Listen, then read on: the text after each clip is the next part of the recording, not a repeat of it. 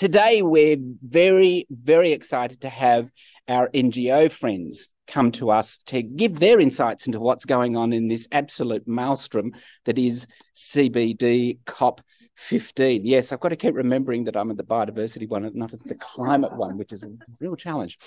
All right, so today we're going to be joined by Fiona Sutton Wilson of Earthwatch, Kelly O'Shaughnessy from ACF, and Jody Gunn from ALCA. Let's start with the traditional BCSD question, which is the first question of every COP we've been asking over the last 4 weeks. Is this your first COP? Fiona, I know the answer to this one. Second COP, first one was Sharm el-Sheikh. So and you met some really fantastic people at that COP, didn't you? Oh, absolutely. I bet. And you, Andrew. Yes, I have spent a wonderful time with Andrew and a whole pile of other wonderful Australians, ironically, isn't it? It was ironic. You seem to find and coalesce around different Australian groups. It's the accent, maybe. Don't forget the coffee. Yes, never. Kelly. This is not my first COP. I was at Paris with you, Andrew. We'll always have Paris. And we will. And also, I'm just saying that was a pretty good outcome. So I'm hoping that there's some sort of magic that we bring. Totally. That would be great. It's us. Yeah. Yes. Jody. Well, Andrew, you'd know that this is actually part 2 of COP15. Yes. Nothing before. Yeah. So you actually get points if you went to that one as well. Yes, except it was largely online. So we participated online. Okay, you get a 0.3 on that. Excellent. Yeah. But this is my first COP and it's very different to observing the activities online and actually being here in the room. And totally, which is my next question. So what's your observation about this thing called COP? As an NGO, as distinct from, business, I'm interested to understand, because we talk, we engage with you, but we don't see what you see, which is a very different part of this particular circus that goes on. So what are you seeing? Well, it is a fun circus. Circus is a good word. Listen, it's very interesting. There's a lot of behind the scenes activities. There's a lot of negotiation going on in the room. And I've been moving between the forums where there's all these fantastic people presenting these amazing initiatives, these amazing programs, and then going into those negotiation rooms and observing what's going on, engaging with our department, trying to ensure that we're driving strong ambition for the outcomes that we need to achieve. Yes, and they're very available, which is interesting. Yes. Who's they? Very available. Very available. Who are? Our government has been reasonably good at being available, if I can put it that way. Yes. I kept on saying, "Oh, please, I don't want to take you out of the negotiations. They're so important." I said, "No, let's go for a stroll." Okay. Yeah, well, you're probably helping with mental health. It's the negotiators are spending as much time asking us for our intel, particularly the big international groups who have like 100 people here.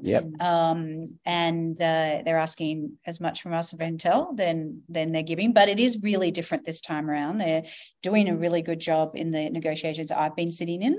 And particularly the business-related ones are the ones I've been sitting in. Were you in Target 15? I was in Target 15 until it dropped last night. Oh. And it's still, still there. We can still get it. But what did they meet at 3? That was my question, because I've been in this. Okay. I don't think they're going to meet on that again until the ministers are here. But for everyone at home, there was an extraordinary intervention by the business community into that negotiation through Business for Nature. Yes. And always fabulous, Eva Zabi. Oh, Eva is wonderful. And she got up and just said, business want this. And spelt out why they want the mandatory disclosure elements of Target 15. And what happened after it? And then immediately after that, Russia swigged some vodka, I think, and just bagged all business. No, basically said if business aren't going to do it without the mandatory requirements, then they shouldn't be around. Of course, they're going to do it without mandatory requirements, which they just heard the opposite. And we know from our work in business in Australia, that's also true, that you do need that mandatory requirement. But it's still there. And when I left for a 10-minute phone call back home, I thought, they're getting close to, we'll accept the mandatory if it's only for the big business, which makes sense. And there's these other requirements that we could keep in there. And they were pretty close to getting that. But there's a few more countries got to Now get we have across to the wait line. until. Well, unfortunately, late last night, there was a bit of a walkout. So Yeah. developing countries walked That was out about of the finance, meeting. wasn't it? That's about finance. Yeah. Yeah. So, what can you do? What about you? What are you tracking? Apart from stalking me, but I'm quite happy to be stalked. Thank you, Andrew. I'm so Anytime. pleased. So We're I'm never going to tell anybody that. Too late. So for me, COP and the experiences of COP for Earthwatch is actually quite different. We're a small not-for-profit back in Australia. We're large globally. Yeah. But the other piece too, of course, is that we are not like my wonderful colleagues here that have got their eyes on the negotiations completely. I'm here to learn because 50% of our of the way we operate is actually with businesses back home. Mm-hmm. So for us, I'm actually here to understand what the levers of business are. I'm wanting to understand that we are going to get our Paris Agreement so there's lots of things I'm wanting to do, and the negotiations are things that when our negotiators are saying, what are you hearing? I can give general input, but not in the same depth that Jody and Kelly can provide in terms of their distinct lens. For me, I'm here very much for learning and understanding to see Earthwatch and whether our position needs to change over the coming years as we get more of a global focus and the new international flows of funds determine where nature is invested in. Yeah. So that leads me to the question about going back to Kelly's comment about this being the Paris Agreement moment. What is it about this COP do you think that it does make it that potentially? Because we don't know if it will or not. But what are the preconditions? What are the settings, do you think, about this that lends itself? We've been talking the last few days about business coming in such numbers, 1,400. We've just had a meeting amongst the Global Partnership on Business and Biodiversity, and the CBD was astounded, to be blunt, by the number that wanted to come. And it was more than 1,400, but they had to limit it, ironically, by reason of the fact that they could only hold it in Montreal and get it done by the end of the calendar year. But what do you think is the mark of this success of this COP for the NGO community? Well, the momentum on the negotiations has been incredibly slow coming in. Yeah. But the momentum around the It's nature... not like they haven't had any time. No, that's right. Well, they're still slow if you're sitting in them. But although Mexico yesterday was just trying to egg on by giving free tequila. Every time a bracket was removed from Texas, like, you get a tequila, you get a tequila. But the momentum around the nature crisis in the last couple of years has really massively grown everywhere around the world, and including in Australia. And I think that is why business has come along. Yep. There's also an understanding that there's solutions to that. Yep. And there's good money and profits and opportunity for business in that. Value created from it. Value to be created. And I think that's why this moment is an important moment to get that agreement. To be honest, if we don't get that agreement, it'll be like climate change. It'll be the damage that we're experiencing now in climate change because we're way too late on that agreement. Will just be where we'll be with nature. It's also to be really clear that we've got some really clear and ambitious targets. There's a 30% target that's going to be a critical trading platform over the next couple of days. That will give a really clear guideline as to how we can actually implement change, and a nature positive framing that's still in brackets, but some really clear language, some really clear targets, and those that are ambitious is going to be partly what makes it a Paris Agreement, so that people can get it, they can understand it, they can see their place and know that everybody has a role and responsibility to deliver on the critical challenges that are facing our globe. So that's an interesting point to start with the next question, which is what is the NGO role from this? And let's assume a good outcome, a good COP, as we call it. What is the NGO role? Because it goes into a sense an implementation role as distinct from a advocacy ambition role. It is absolutely the implementation of that. So the Australian Land Conservation Alliance, the ALCA that you were talking about, we represent conservation organisations that are working on the ground to protect, to manage and to restore land. We're focused largely across privately managed land. Now in Australia, that's more than 60% of Australia is privately managed. So a significant opportunity to implement this agreement on the ground. I'm here representing those organisations right now. They're at home, working on the ground, managing feral animals, protecting threatened species, the very reasons that we are all here today. So what happens here has a significant impact on my members. They've all been sending messages up, and I can share them with you, Andrew, to the COP and to our broader stakeholders, saying why this is important for them. So I'm happy to share those with you as well, Andrew. That's very interesting. And what does a 30 by 30 on land mean? Is there upside in terms of opportunity? Absolutely. Or are we kind of already there? No, so we're about 22% of land protected currently. Yep.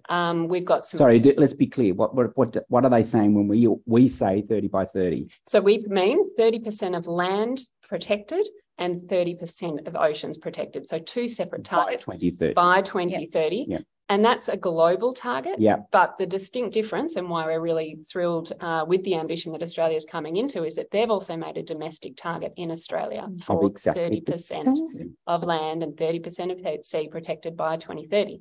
Protection comes in a bit of a jigsaw puzzle. You can have protection through public estate.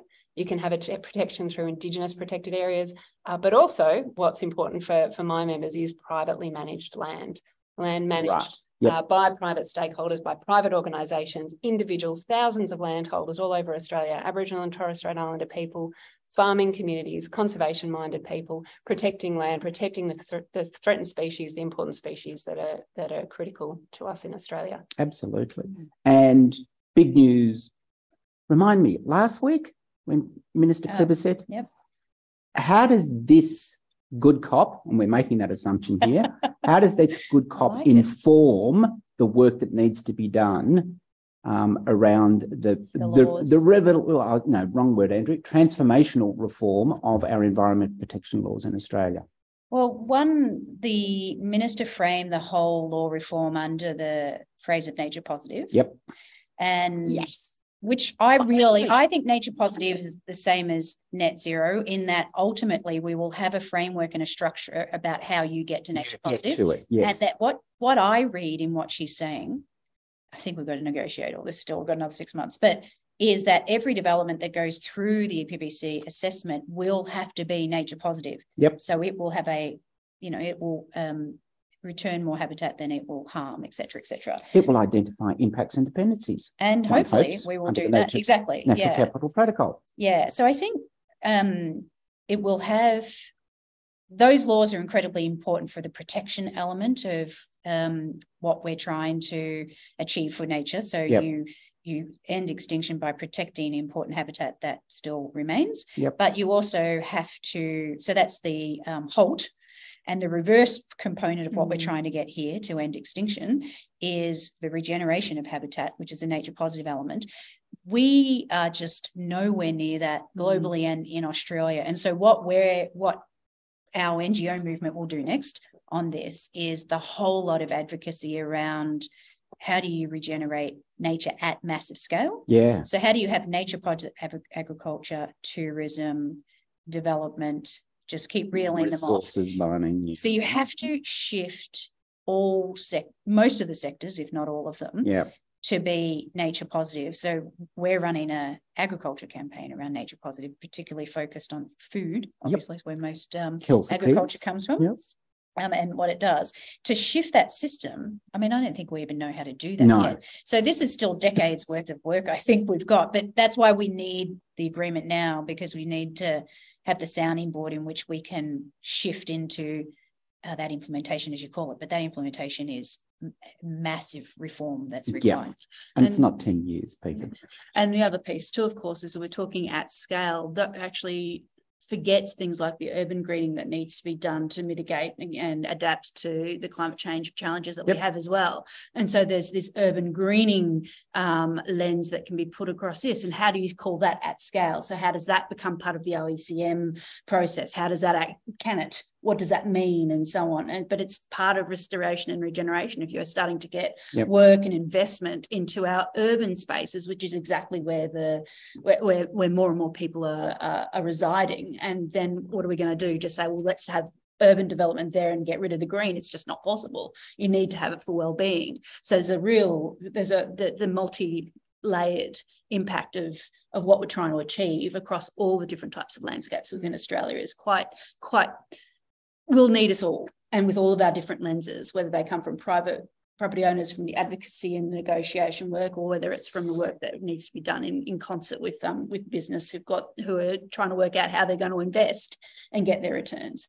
Let's deal with a topic that I haven't dealt with thus far, either at COP27 or here today, and that's the media.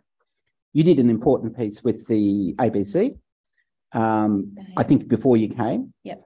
But other than that, and other than some, I guess, international pieces from The Guardian, I haven't seen terribly much back home from our local news outlets about this particular COP. 27, slightly different, and it was the classic binary. It's either a massive success or it's a total failure and we're all going to die.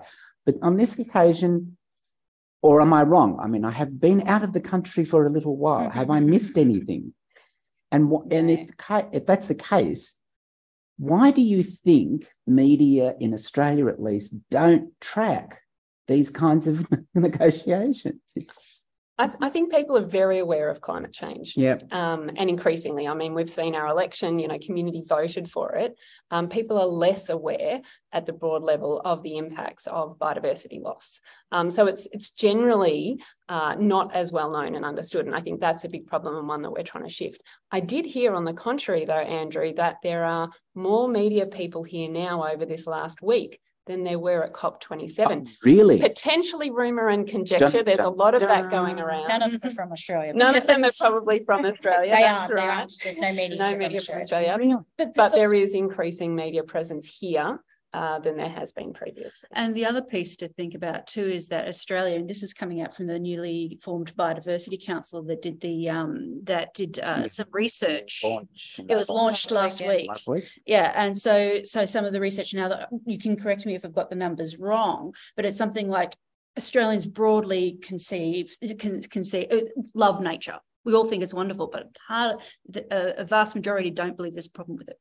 Oh yeah, so I think that's our research. Yeah, so it came out. So one of the councillors quoted it. Yeah, that's great. so people are talking. You start talking your language. That's great. That's nice. So yeah, 34% of Australians understand that there is an extinction problem in Australia, and of course we are a world leader in extinction. I would have thought that was. Well, not compared to people understand the climate crisis, which has been in the 70s to 80s. We said for 6-7 years now. And is it language as well? Because if you have biodiversity crisis versus extinction, so the word biodiversity is barely known, and what that means versus nature. And so that's why the nature positive thing is so good. But at the same time, it's like, well, let's not make sure that it's not just nature. The biodiversity complexity is actually the piece that's really important. It's not just a whole pile of oak trees down Melbourne, that type of thing. But they still have them. Kelly.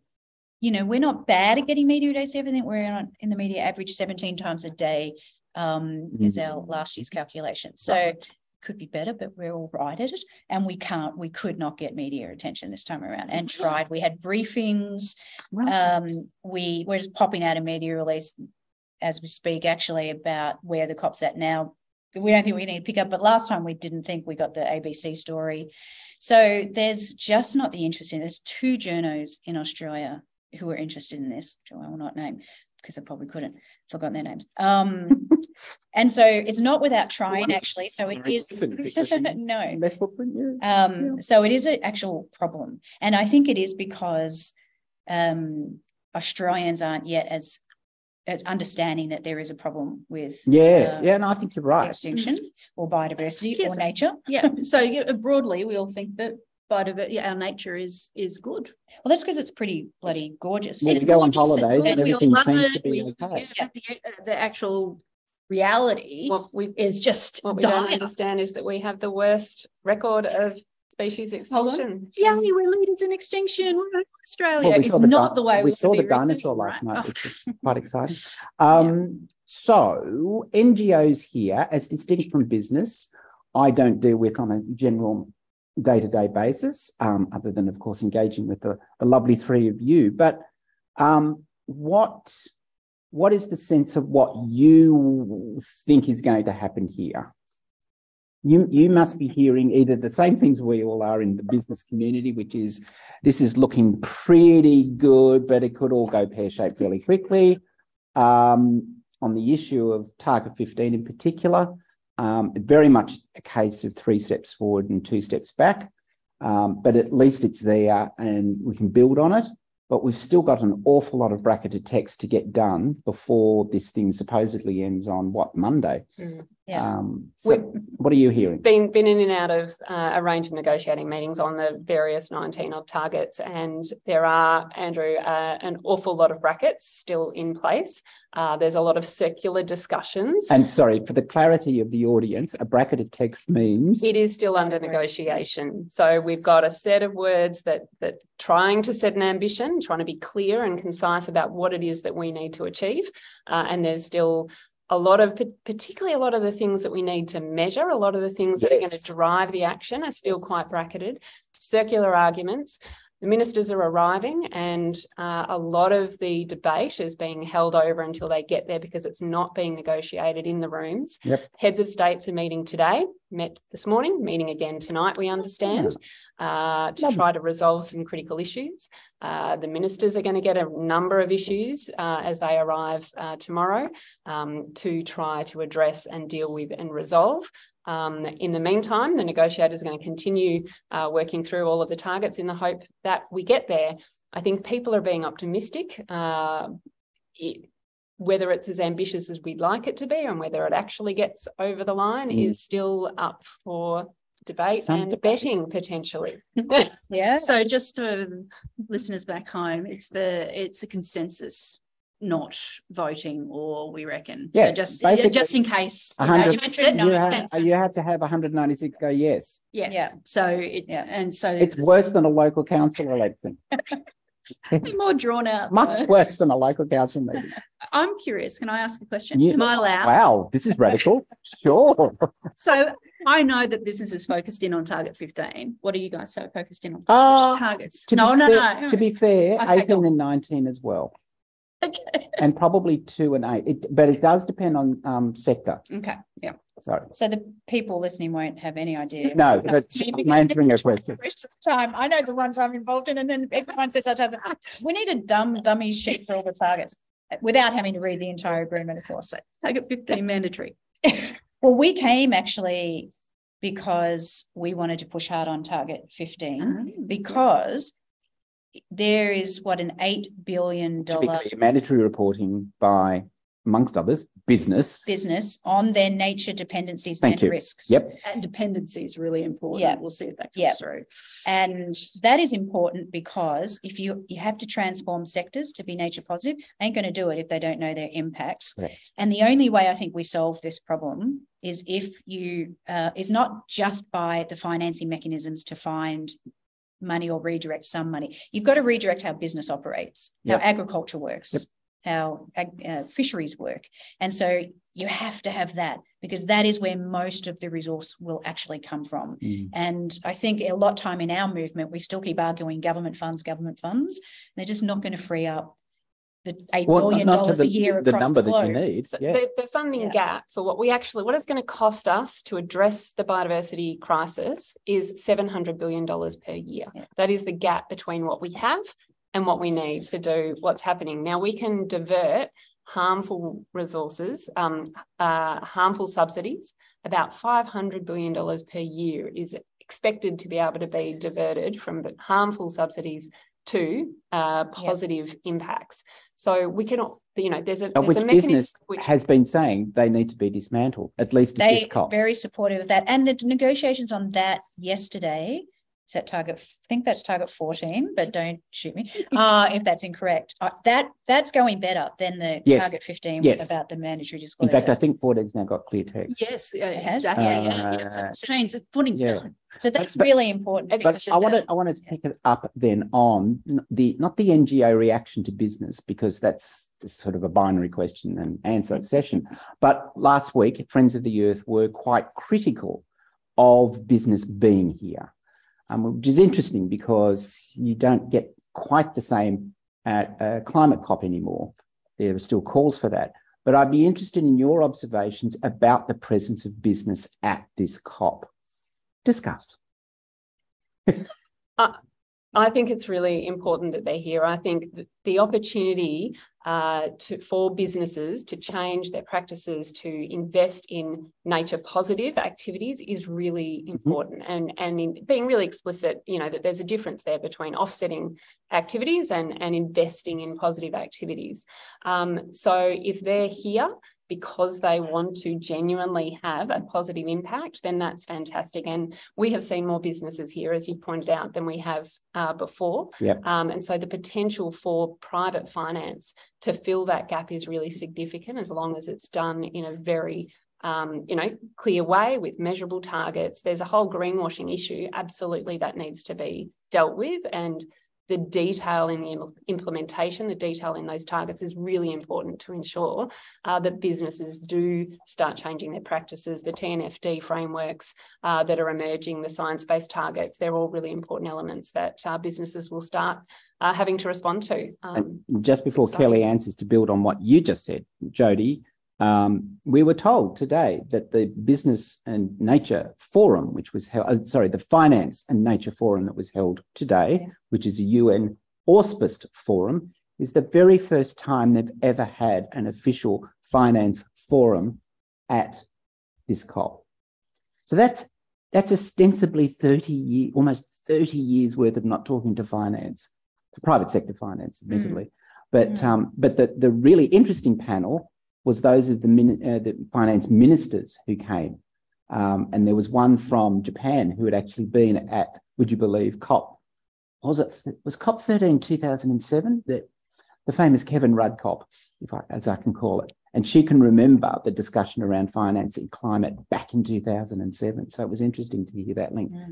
Kelly, what's your thoughts about business at the COP? I was excited when I saw so many businesses here for 2 days before today, having the business and nature forum, and then the finance and nature forum today. If business is going to come here and say, we want to end harmful subsidies and we want to grow beneficial subsidies, we want more regulation so that and we want a nature positive world, and we want to curb and halt the damage to nature. Yes, that is fantastic. We've got to make our society, which includes an economy and businesses, work for nature and climate. You can try and take down capitalism all you like. Hasn't really worked so far for the folks who would like to. I think fettering capitalism a little bit would be good, with a few regulations, etc. Does that mean putting cheese on capitalism? I know. Well, I did just have poutine. Oh, lovely. Just had a poutine at COP15. For our ACF and our supporters. Lovely segue. It does not look good. It tastes okay, but it comes with these great big cheese curd things on top. But what I mean by that is the national laws. That actually have in it the places of the environment that cannot be developed. Now, that's what I really liked about nature yesterday when Eva got up and spoke about the 8 things that nature is calling for the ministers. It included no-go zones. Yes. So 30 by 30 and including no-go zones. That's exactly the conversation we've been having in Australia with the Business Council of Australia, who has also agreed that you need to have those elements in there. So that's what I mean by fettering, we shouldn't have uncontrollable, just at all costs to nature and climate capitalism. We should make sure that there's the value there for nature and climate as there is for the economy and for people. And I feel that vibe here. Cool. Well, let's pick up on the vibe. Last question, which is not what is your hope for the COP, but Minister Plibersek is walking down one of these halls, towards you. What are you going to tell her as she's about to walk into the final negotiation? Fiona. Go hard. Wow, I love it. She'll go, what? Okay. After you go. Kelly, I was going to say, please do, and then you follow, go hard. Kelly. Another way, what we have been meeting with her collectively a lot on this, so she already has what we would like, and they're the things that we would like. So 30 by 30, halt and reverse nature damage, as I would call it, rather than loss, because it's not like losing your keys. And the good old target 15 for us. So she knows that. And I think the thing that we're saying to her is that Australia is the only developed nation that is a megadiverse nation that is here. There's 17 megadiverse nations, which mean you have a lot of biodiversity is not found anywhere else.